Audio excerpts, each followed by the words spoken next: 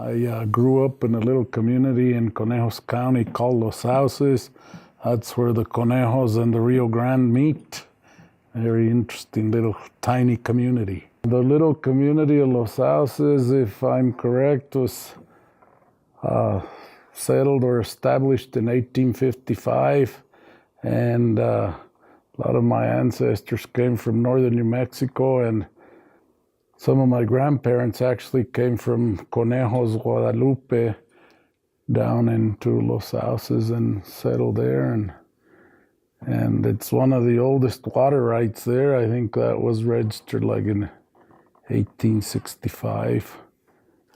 Down in Los Sauces, we were priority number 32 on the Conejos River, number 1 priority on the McIntyre Springs. And when my dad was, because he used to grow potatoes, good potato country over there.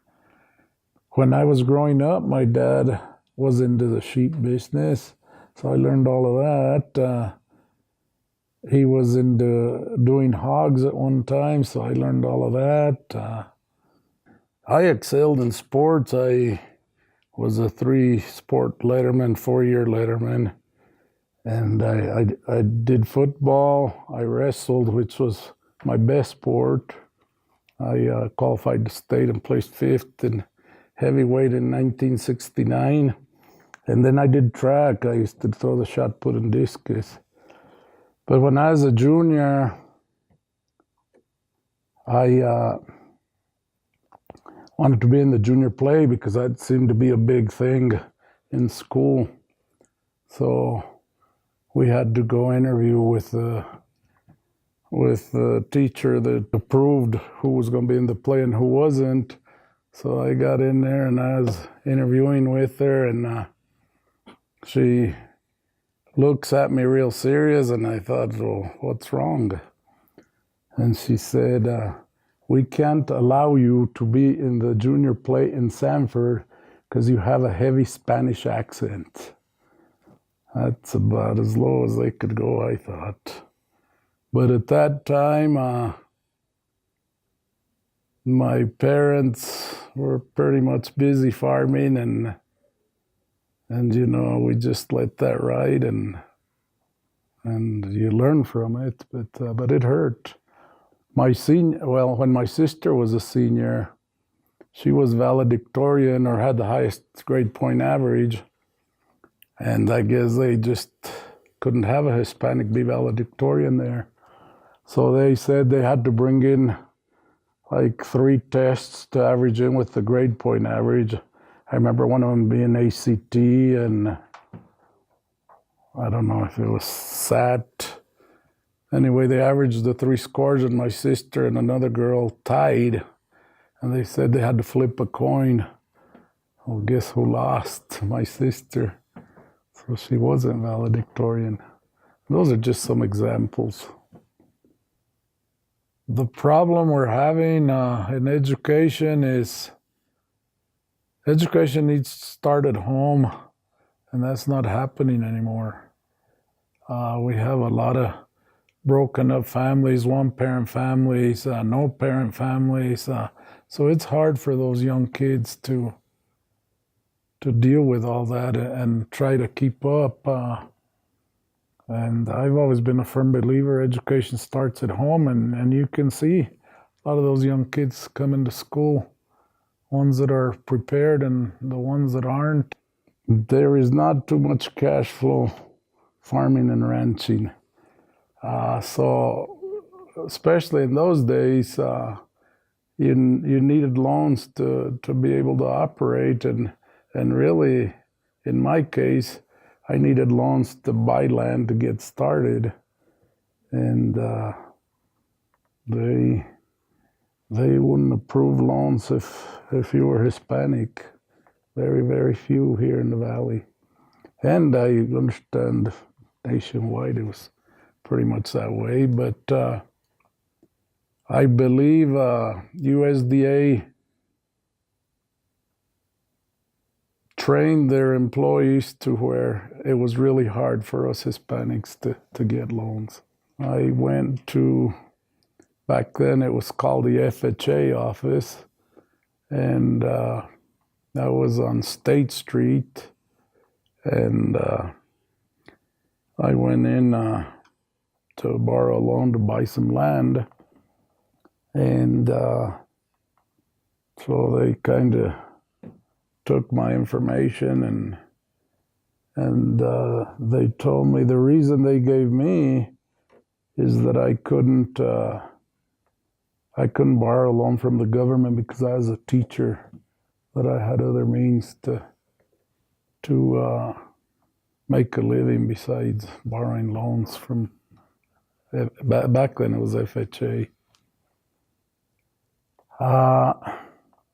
Well, I had heard from other friends already that was the same situation. They actually referred me to a farm credit in Monte Vista at that time, and I went over there and tried, and again they gave me the same reason. There was one in my neighboring school that was actually superintendent, and at that time he got a pretty good sized farm loan. My dad started borrowing money from him in the early 60s, and they made life really hard on him. At times they'd make him sell his cows because he had to pay a certain amount, and his mother cows was his income, because the following year they were going to have a calf, and that was what was going to bring him his income. But yeah, a lot of people my dad's age had the problem since the 60s. Well, that first time it wasn't that bad, to be honest with you. And then I went to the Monte Vista, and then that kind of started setting in. But then they said that they did have money back in the Almosa FHA, so I came the second time, and they wouldn't even take my application that time. Now, by the third time, it hurt. Economically, definitely hurt us, because the way I was able to continue farming is from my teaching income, and so it was a little bit at a time, and you know, my bases were always covered because I never had a big loan. But if I'd had a big loan with the energy I had and the knowledge back then, I think I'd have been able to do pretty good. Shortly after early 80s, I mean, it was a conversation. It was like in year 2000, 2001, when we were all fed up with it, and Lupe Garcia from Las Cruces, New Mexico, they were having the same situation down there, and that's when Lupe got together with some attorneys and filed the Garcia versus Vilsack.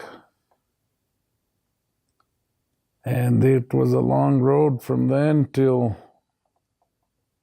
well, I think most people got a settlement in 2015. I was denied. I didn't get anything. And I got a letter of denial, and I couldn't believe it, because a lot of other people were getting their acceptance letters. And so I called my attorney to see what was going on, and she said, that couldn't be right. Something's wrong. So she called over to USDA office, and she kept telling them it's a mistake. If anybody had all the paperwork in line, it was Faustin, and I was one of the original ones that filed way back, and I've been in farming all my life, and still, beginning of this month, she wrote more letters and did an inquiry, and she's trying to get them to review it again, because she says it's a mistake. There is no possible way that she could have denied this one and approved a bunch of the others. But Hispanics here in the San Luis Valley, I think my attorney said they had filed 700 and 600 were approved, which was by far the highest rate in the United States. But overall, I think Hispanics are only like 18 or 20% approved. You had to file your declaration of how it all happened. You had to file loans that you had applied for, the interest rates. Our interest rates were pretty darn high. USDA loans were 2-3%. We were paying 12-14%. And then we had to provide titles or deeds of our property to prove that we had been in farming. And I had everything in order. And who knows, maybe they just randomly pulled some names out. I don't know. My dad had filed before he passed away.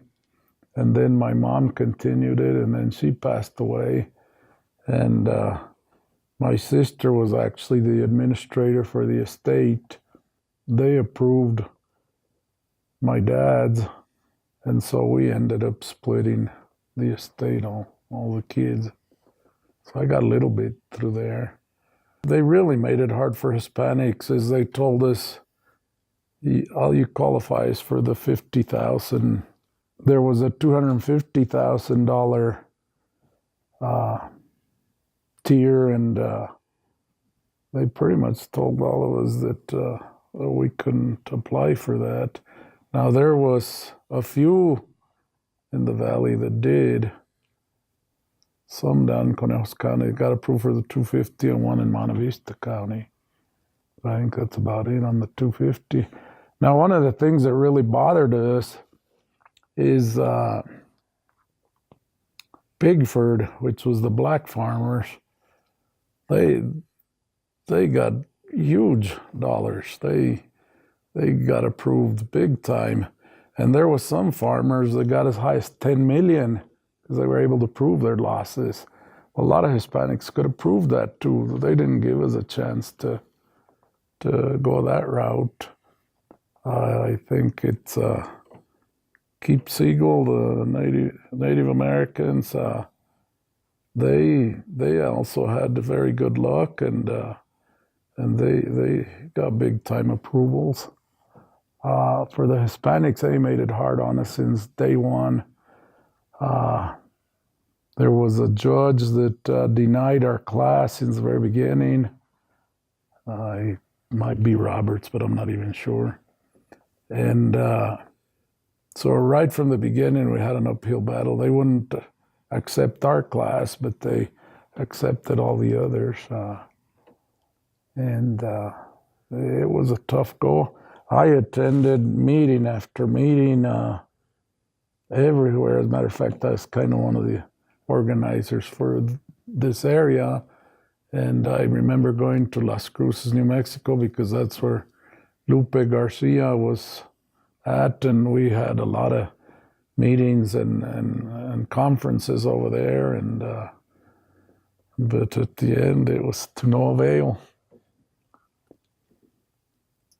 I mean, I'm the type that if they knock me down, I'm going to get back up. I'm not going to stay down, and that's what I feel about that, because, and it did benefit a lot of Hispanics, so I was very happy for that. My parents could easily have gone for the 250, and this was another problem. Our case started with Stephen Hill under Howery Law Firm, and then we kind of kept changing, or they'd keep assigning us to different ones. This last one, when we were ready to file everything at the end, it was an attorney called Frotz. And I remember talking to him because my parents had boxes and boxes of documents. I mean, huge amounts of documents. And so I explained all that to him, and he said, And this is one of the things that they required to go for the 250. None of the other classes had to do this, but we did. Is you had to have filed a discrimination suit with civil rights or a discrimination case with civil rights. And there was a couple farmers in Conejos County that had done that. The one in Rio Grande County I know didn't do that, but he went with a different attorney and he filed for the 250 and he got the 250 and he had never filed a case with civil rights. But some of these attorneys get caught up in some of the politics too, I believe. And that was the problem. We changed so much all along the way. Now, the two ladies that stayed with us all the way, but their law firm would change or their bosses would change, was Colette Harrell and Jennifer Somolik. And Jennifer Somolik's still the one trying to fight for mine, saying that it was a mistake. But those two ladies are excellent. You know, I think it changed my trust in the legal system, my trust in the political system.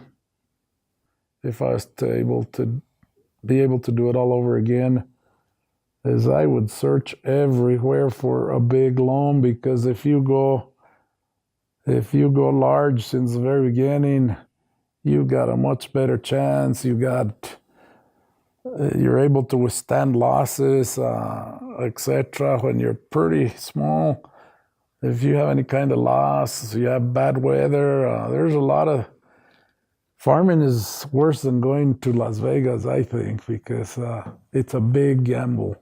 But you have to put it all together and make it work the best you can. But I would advise young farmers to search everywhere possible to get a big enough loan to start big.